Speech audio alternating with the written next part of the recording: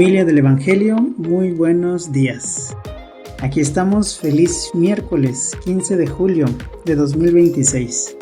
Ya estamos en la mitad de esta semana y quizá muchos sienten que los pendientes comienzan a acumularse, que el café ya no alcanza o que el cansancio empieza a hacerse notar. Pero aquí estamos, respirando un nuevo amanecer que no nos pertenece, sino que nos ha sido regalado. Y qué hermoso saber que mientras el mundo corre detrás de sus agendas, nosotros hacemos esta pequeña pausa para recordar algo esencial. Antes de ser trabajadores, estudiantes, profesionistas, sacerdotes, madres, padres, jóvenes o adultos mayores, somos hijos, hijas, amados de Dios.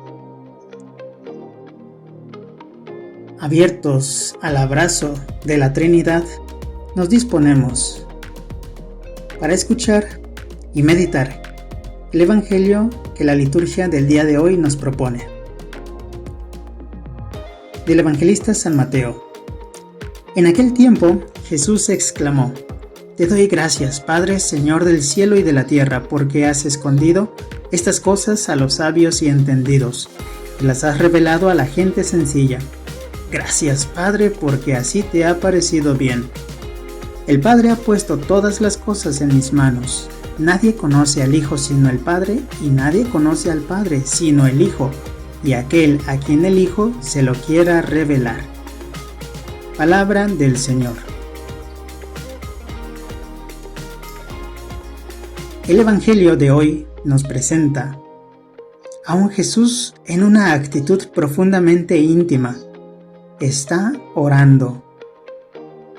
No comienza enseñando una doctrina, ni discutiendo con nadie, ni realizando un milagro espectacular.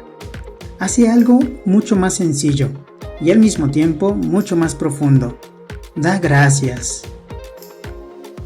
Te doy gracias, Padre. Resulta sorprendente escuchar una oración de gratitud después de tantos rechazos, de tantas incomprensiones y de ciudades que no quisieron convertirse. Tal vez nosotros habríamos comenzado preguntando por qué nadie entiende, por qué las cosas no salen como esperamos. Jesús, en cambio, comienza agradeciendo, y eso cambia completamente la forma de mirar la realidad. ¿Y por qué no? Cambia nuestra manera de hacer nuestra oración personal. Hoy sabemos incluso desde la psicología contemporánea, como lo señalan autores como Martin Seligman o Brené Brown, que la gratitud transforma la vida. Fortalece la resiliencia, mejora nuestras emociones y profundiza nuestras relaciones. Pero en Jesús, la gratitud no es solo una técnica, sino una mirada espiritual que reconoce que Dios sigue actuando incluso cuando el éxito visible parece pequeño. Y en medio de esa oración pronuncia una frase que sigue incomodando y al mismo tiempo iluminando. Has escondido estas cosas a los sabios y entendidos y las has revelado a la gente sencilla. Jesús no desprecia la inteligencia.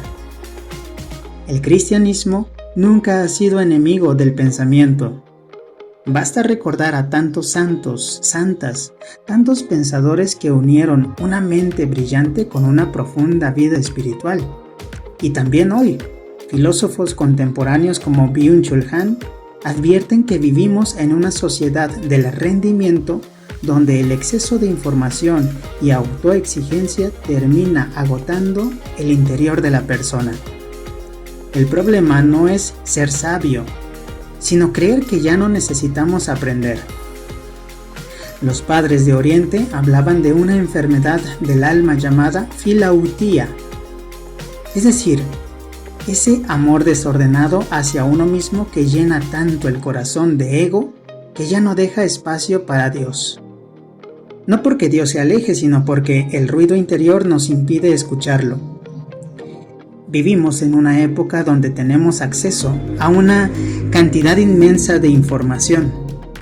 Podemos consultar casi cualquier cosa en segundos, aprender idiomas, investigar, recorrer el mundo desde una pantalla.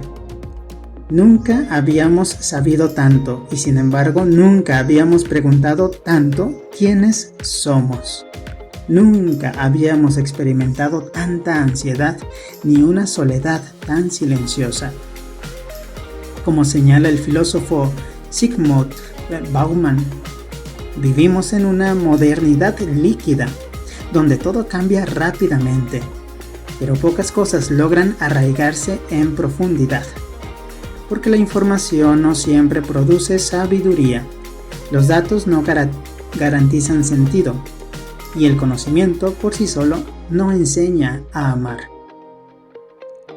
Cuenta una antigua historia que un discípulo, después de años copiando textos sagrados, preguntó a un anciano cuándo terminaría de conocer a Dios. El anciano lo llevó a un pozo y le pidió que mirara el agua. El joven vio su reflejo con claridad. Entonces el anciano dejó caer una piedra y las ondas rompieron la imagen. Eso es lo que pasa cuando el ego cae en el corazón, le dijo. Mientras solo te mires a ti mismo, creerás que conoces a Dios. Cuando el agua vuelva a estar en calma, descubrirás que Él siempre estuvo allí. Conocer a Dios no es acumular conceptos, sino permitir que el corazón recupere su transparencia. Por eso Jesús habla de la gente sencilla. No se refiere a personas ignorantes, sino a quienes conservan la capacidad de asombro, quienes siguen preguntando, aprendiendo, agradeciendo, escuchando. Filósofos como Martha Nussbaum han insistido en la importancia de cultivar la sensibilidad y la empatía como base de una vida verdaderamente humana. Los adultos dejamos de preguntar porque creemos haber entendido casi todo. Los niños viven fascinados por el misterio, por la sorpresa, y hacen preguntas constantemente. Quizá ahí comienza muchas veces nuestro empobrecimiento espiritual. El asombro es el origen del conocimiento y también muchas veces el inicio de la fe. Dios no es un problema que resolver, sino una presencia en la que entrar, porque es una persona, una relación viva.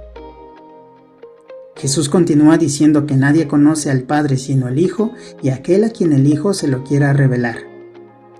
En la Biblia, conocer no significa solo entender, sino entrar en una comunión, amar, compartir la vida. Por eso no basta con estudiar a Cristo, hay que seguirlo. No basta con admirar sus palabras, hay que dejar que transformen nuestras decisiones. No basta con citar el Evangelio, hay que convertirlo en nuestra manera de mirar a los demás. El verdadero conocimiento cristiano siempre termina pareciéndose al amor. Como recuerda el filósofo Emmanuel Levinas, el rostro del otro nos interpela y nos llama a una responsabilidad que va más allá del conocimiento teórico.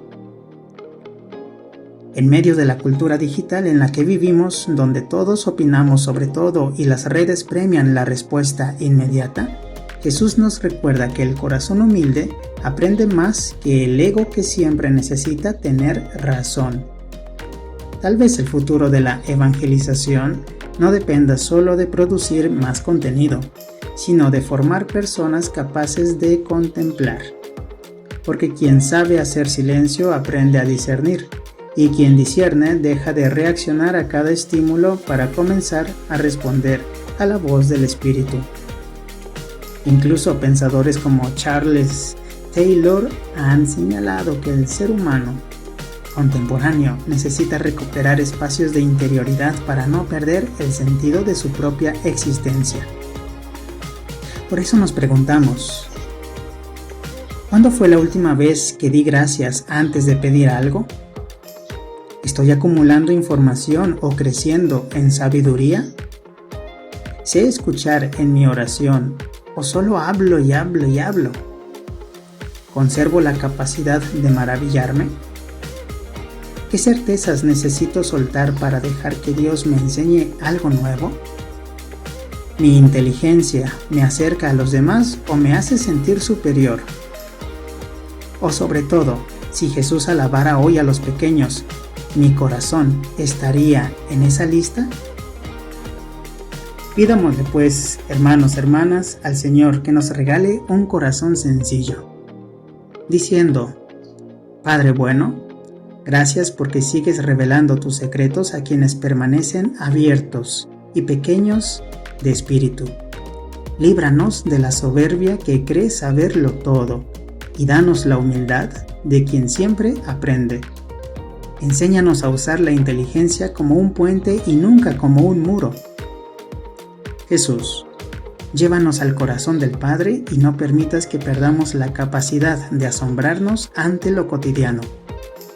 Espíritu Santo, limpia nuestros ojos para reconocer la belleza escondida en cada momento y enséñanos que la verdadera sabiduría es aprender a amar.